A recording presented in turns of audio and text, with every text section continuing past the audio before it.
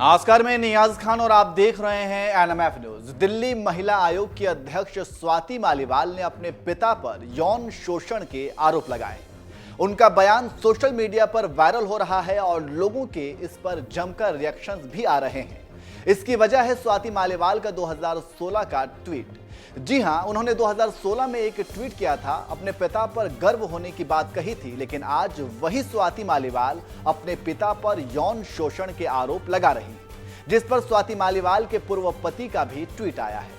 हालांकि उन्होंने स्वाति का नाम नहीं लिया, लेकिन ट्वीट करते हुए लिखा है कि फिल्म का नया नाम होना चाहिए था तू महाझूठी मैं महामक्कार। जब आदमी मक्कार, मौकामार और मुर्दा हो जाता है तो वो मुर्दों पर ही वार करता है। आदमी में हरामीपन आ जाता है, लोभ लालच तन मन पर छा जाता है तो वो जिंदा लोगों के कुकर्मों पर नहीं बोल पाता है। मुर्दों पर बोल के मर्द नहीं बनते घटिया।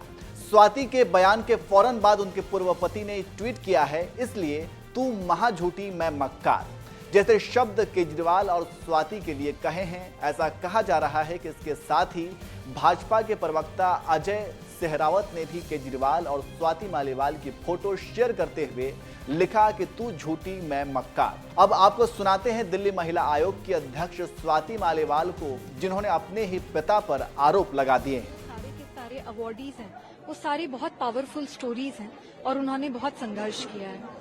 मेरे अपने फादर मेरा यौन शोषण करते थे जब मैं छोटी थी। बहुत मारते थे, बहुत पीटते थे। जब वो घर में आते थे तो बहुत डर लगता था। मैं कई बार बिस्तर के नीचे छुप जाती थी और पूरी रात प्लानिंग करती थी कि किस तरीके से महिलाओं को उनका हक दिलाऊंगी और इस तरीके के आदमी जो महिलाओं के साथ शोषण करते हैं, बच्चियों के साथ शोषण करते हैं, उनको सबक सिखाऊंगी। मुझे अभी तक याद है कि जब वो मारने पे आते थे तो वो चोटी से मुझे पकड़ते थे और दीवार पे जोर से पटक देते थे। खून बहता रहता था, बहुत तड़प होती थी।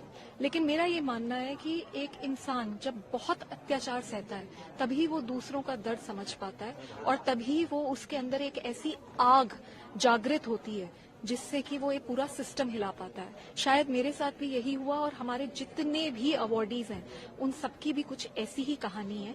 संघर्ष के साथ जिंदगी को कैसे जीना है और कैसे एक सकारात्मक सोच आगे लेके चलनी है, ये सारे हमारे अवार्डीज ने हमको आज प्रेरणा दी है। मैं बहुत छोटी थी। मेरे फादर के साथ जब तक मैं रही, क्लास 4th तक मैं उनके साथ रही, तब तक ये काफी बार होता था। एक और घटना घटी जिसको लेकर आपने ट्वीट भी किया।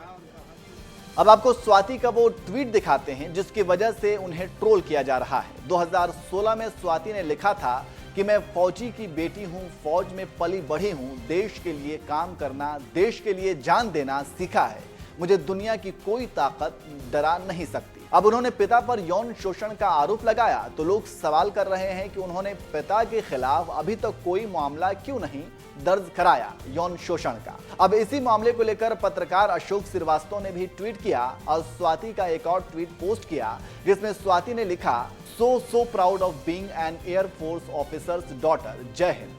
अशोक श्रीवास्तव इस पर लिखा कि जब तक पिता जीवित थे अपनी राजनीति के लिए उनके फौजी होने का फायदा उठाया।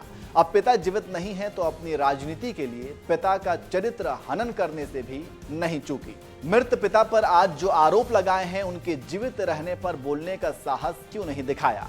अब आपको बता दें कि इंडिया हैबिटेट सेंटर में स्वाति ने बयान देते हुए कहा था कि उनकी मां मौसी, मौसा जी और नाना नानी ने उन्हें इस मुसीबत से बाहर निकाला।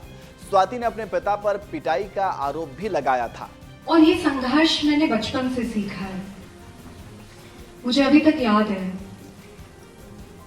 मेरे फादर मेरे साथ यौन शोषण करते थे। जब वो घर में आते थे तो मुझे बहुत डर लगता था।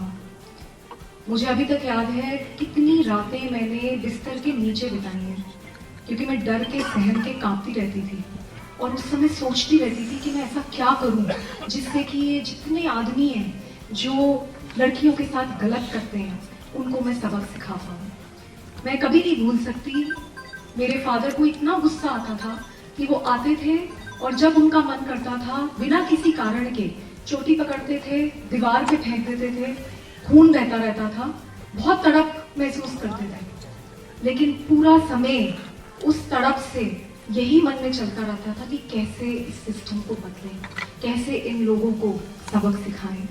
अगर मेरी जिंदगी में मेरी माँ, मेरी मासी, मेरे मौसा जी, और सबसे इम्पोर्टेंट, अगर मेरे नानी नाना नहीं होते तो मुझे नहीं लगता कि मैं इस चाइल्डहुड ट्रॉमा से कभी भी उभर पाती और कभी भी आज आप लोगों के बीच में खड़े होकर इतने बड़े बड़े काम मैं कर पाती।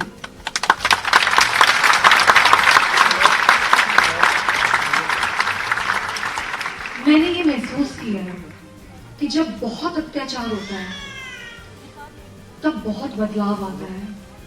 उस अत्याचार से आपके अंदर एक ऐसी आग जलती है जिसको अगर आपने सही राह दिखा दी तो आप बहुत बड़े बड़े काम कर सकते हो।